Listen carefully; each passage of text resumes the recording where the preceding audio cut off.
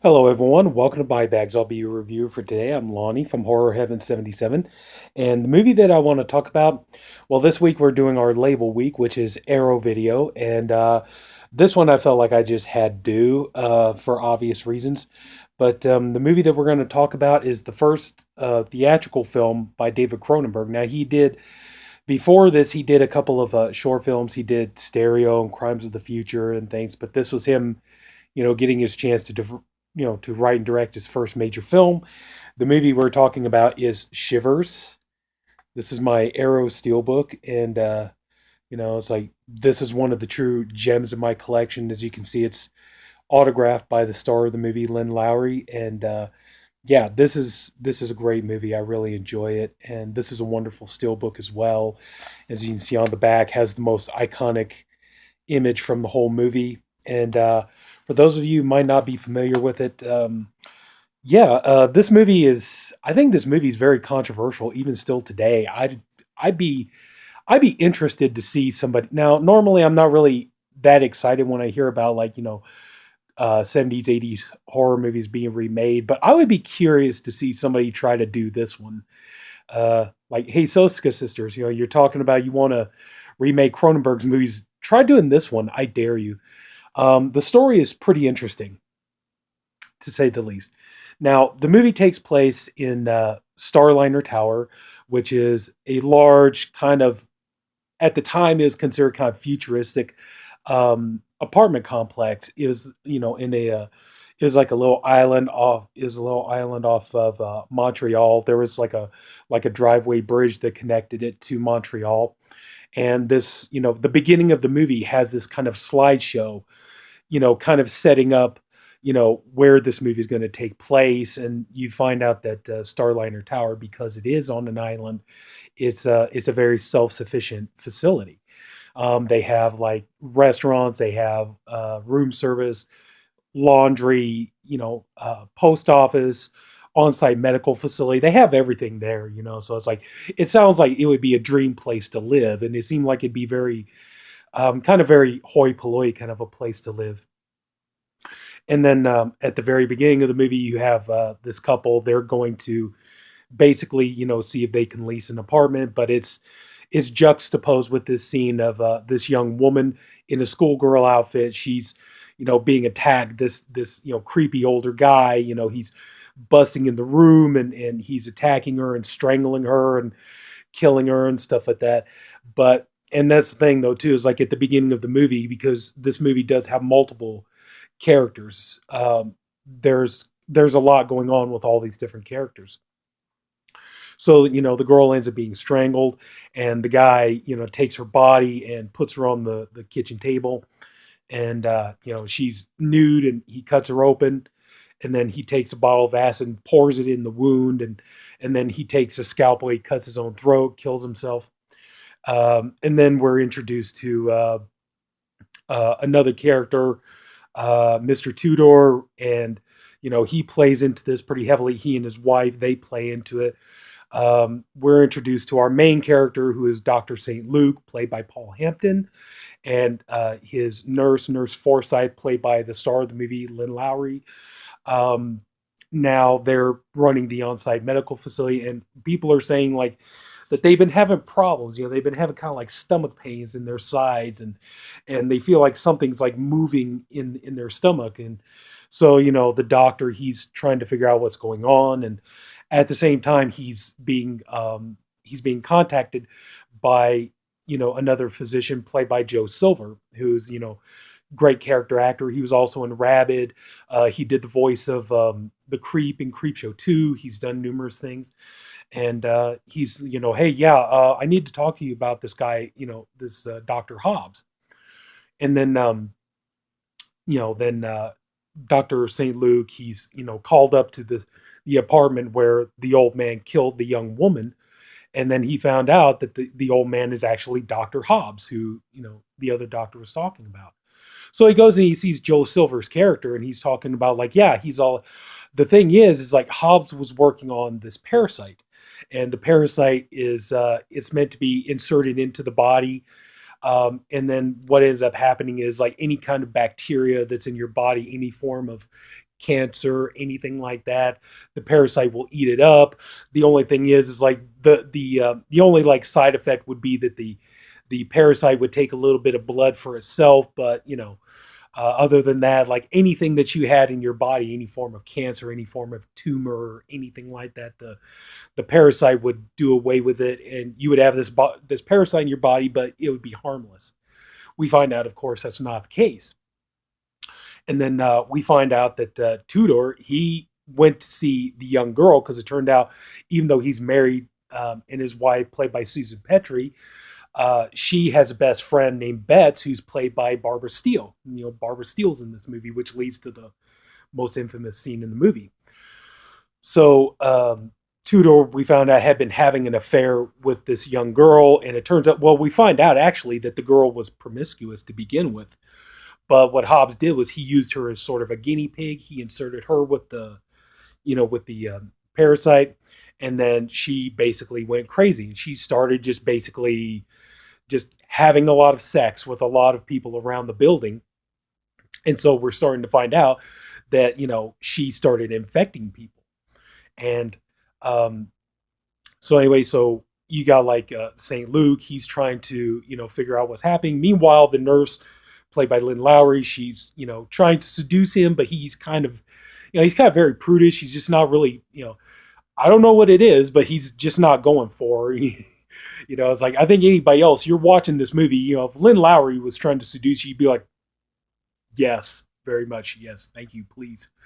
But he's not going for it. But as the movie progresses and things like that, we find out that Betts, Barbara Steele's character, is actually a lesbian, and she's in love with Susan Petrie's character, and she's trying to see if she can maybe, bring her over to her side. But as the movie goes on, more and more people are being infected, and then Joe Silver's character, he finds out that Hobbs was actually fooling people, and that it turned out that Hobbs, I guess, kind of a way to say it was, Hobbs was kind of a guy who he kind of did this whole thing so he could get laid, to be blunt about it. What it is, though, is the parasite is actually meant to basically really boost up your libido.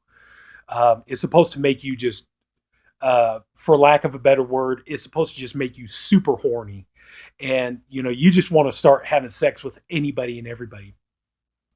So now, of course, because, the Starliner Tower is isolated and like everybody's kind of trapped in this building, then everybody starts turning into essentially sex zombies.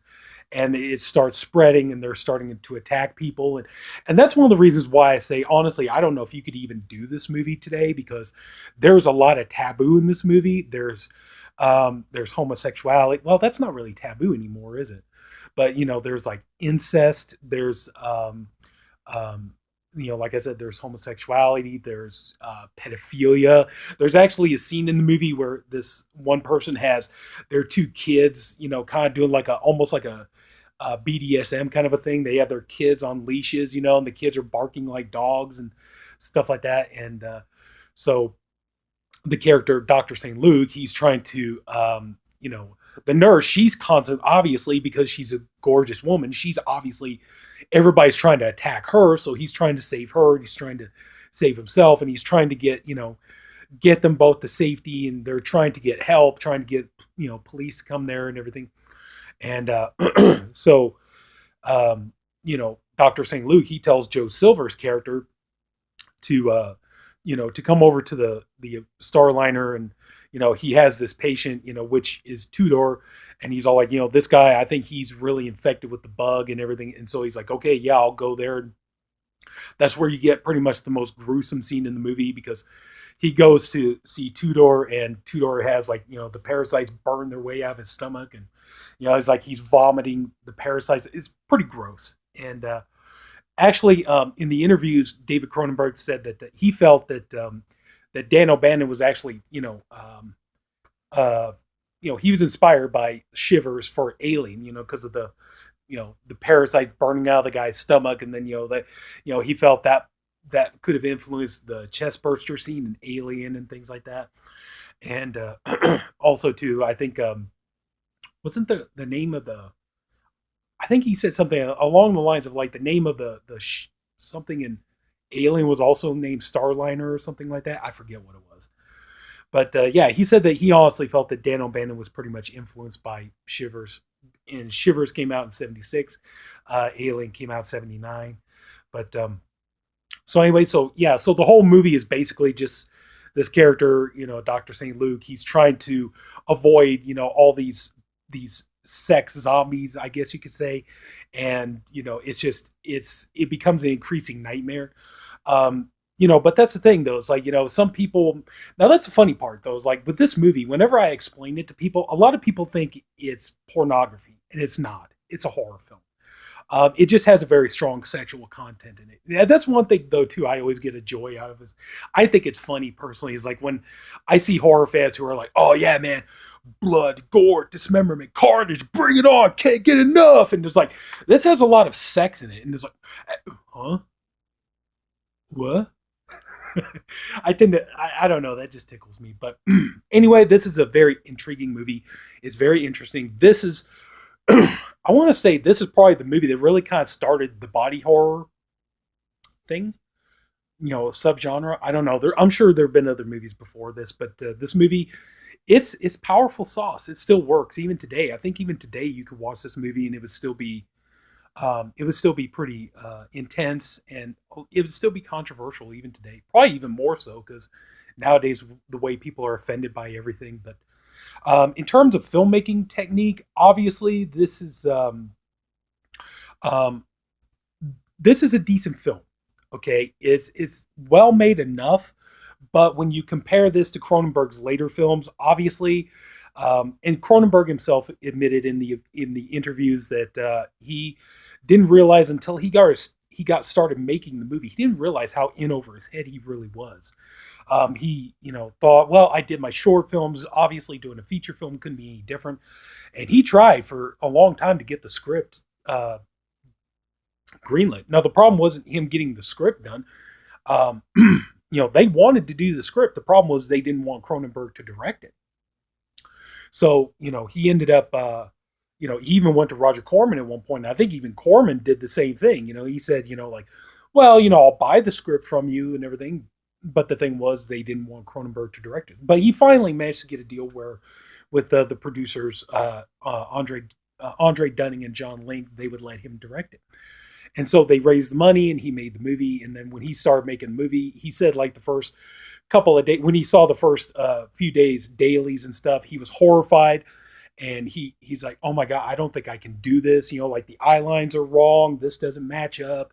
Everything, like this is not going to cut together and things like that. And so, but the thing was, he realized what he was doing wrong. But then when he started going back to set, he was able to correct those things. And he's like, over the time, the dailies got a lot better. But you're going to realize though, like too, this movie. There's a lot of ADR in the movie, and it wouldn't be so bad. But the only problem is like usually when the ADR is done, you can tell because the thing about David Cronenberg, we've all seen interviews with him, we've all heard, audio commentaries, audio interviews with him. His voice is so distinct sounding. You just know, I mean, especially like you watch Nightbreed, where he played Decker. His voice is so distinct sounding. You know his voice when you hear it. So it's like when you hear all this ADR in the movie and everything, it's Cronenberg's voice. So you could tell it's him.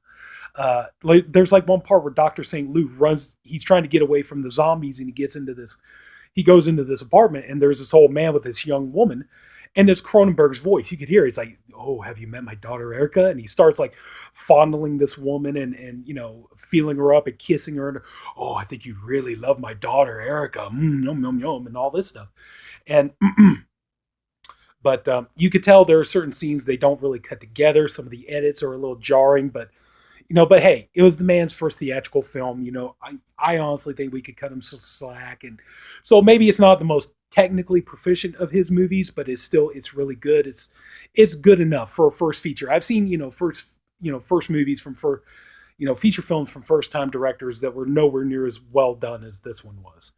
Okay, so I think we could cut him some slack on that. But the movie is still powerful. It's still like I said, I don't know if you could even tackle this. I think they tried. I think it was a Contracted 2, I think it was. But there was another, at least another movie that tried to do this, but not as well. But in other movies, if they try to do this kind of subject matter, they try to turn it into more. They don't really go into the horror. They just try to make it far more like softcore. But this here, it's a definitely unique movie. It's a very interesting movie when you consider the time. Like this came out at the time where you had kind of the sexual revolution going on, and hey, free love and all this other kind of stuff.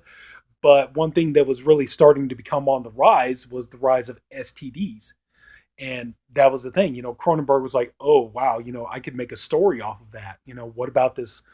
This. And it's actually a very frightening idea because, I mean, look at what we're going through right now. The idea of any kind of parasite or virus or anything that gets into our bodies and destroys us or takes us over or ruins us or something like that. It's a horrifying idea. And especially, it's like, it would be so easy for this parasite to be because of like people finding other people attractive. Like I said, there's a scene in this movie where Dr. St. Luke, he's watching Lynn Lowry's character strip. They're done for the day. She's like taking off her nurse's uniform, and she just looks so stunningly beautiful and gorgeous, and everything. But he's just like completely oblivious to the whole thing. He's not even paying attention to her. But like anybody else, like if you're a man, you're sitting there watching, it's all like, oh my God, if she had the parasite, I'd be doomed. You know, it's like I'd be done for, man. It's like because she could, I would never resist her, and because of that, I'd be a goner. That kind of thing. So it's very scary. It's very interesting. Now, this is the region release, and it's a beautiful steel book. It comes with this little card here for Mark of the Devil, which is one I really need to get my hands on. But this one here shows you other releases by Arrow. So, but this is a beautiful steel book, and you get this, beautiful collectible booklet, which, the artwork shows you pretty much the most infamous scene in the movie. So, and it has all kinds of interviews. There's, interviews with Cronenberg. Now here's the inside. Beautiful. You got artwork on here's the Blu-ray. Unfortunately, pretty much the artwork on the Blu-ray and the DVD is the same. So there's the Blu-ray, and there's the DVD. Like I said, they're pretty much identical. Well, almost there. But you also get some artwork on the inside of the steelbook, which is nice. So there's a scene where Tudor is vomiting up the parasite, the slug. And really good, special effects by Joe Blasco. But and then here's the outside of the steel book. So yeah, this is a very nice edition put together.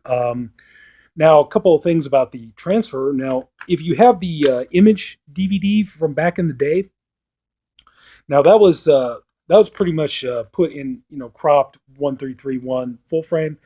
This here they spanned it out to 1781 aspect ratio because they were actually able to get more on the sides and the top and the bottom. So yeah, this is a situation of actually like taking the aspect ratio from full screen to widescreen actually helped it. But you get a number of interviews on here. Let's see here. I wrote them down because obviously. But yeah, you get interviews with Barbara Steele, Lynn Lowry, actor Alan Coleman, and special effects supervisor Joe Blasco. There's also other interviews with David Cronenberg, producer Ivan Reitman. Yes, Ivan Reitman, Ghostbusters. Andre Link, producer John Dunning, and so on. But yeah, this is definitely a beautiful edition if you can get it. And like I said, because it's autographed, and Lynn Lowry also sent me a poster for Shivers, which unfortunately I can't show. But anyway, though, yeah, this is a really good movie. I enjoy this movie a lot. It's a lot of fun. It's very creepy. I think it is. You get some decent gore in it, and it's an interesting idea. It's an overall very interesting subject. And I would say, yeah, I mean, it's definitely available on streaming. I know I have it on my Vudu account as well, but so anyway, so yeah, just if you get a chance, if you can find this, I say go for it. It'd be nice though if they put like it'd be nice if we can get an American version of it too, So that way people who don't have, region-free Blu-ray players can enjoy it. But anyway, that's about it. So yeah, Sex Zombies. So check it out. So if anybody took the time to watch all this, I thank you for doing it. I appreciate you for doing it. I honestly hope you enjoyed this video. If you did, please like the video. If you haven't already, go ahead and subscribe to the Body Bags channel. We have a different reviewer for every day of the week. I'm the Saturday reviewer.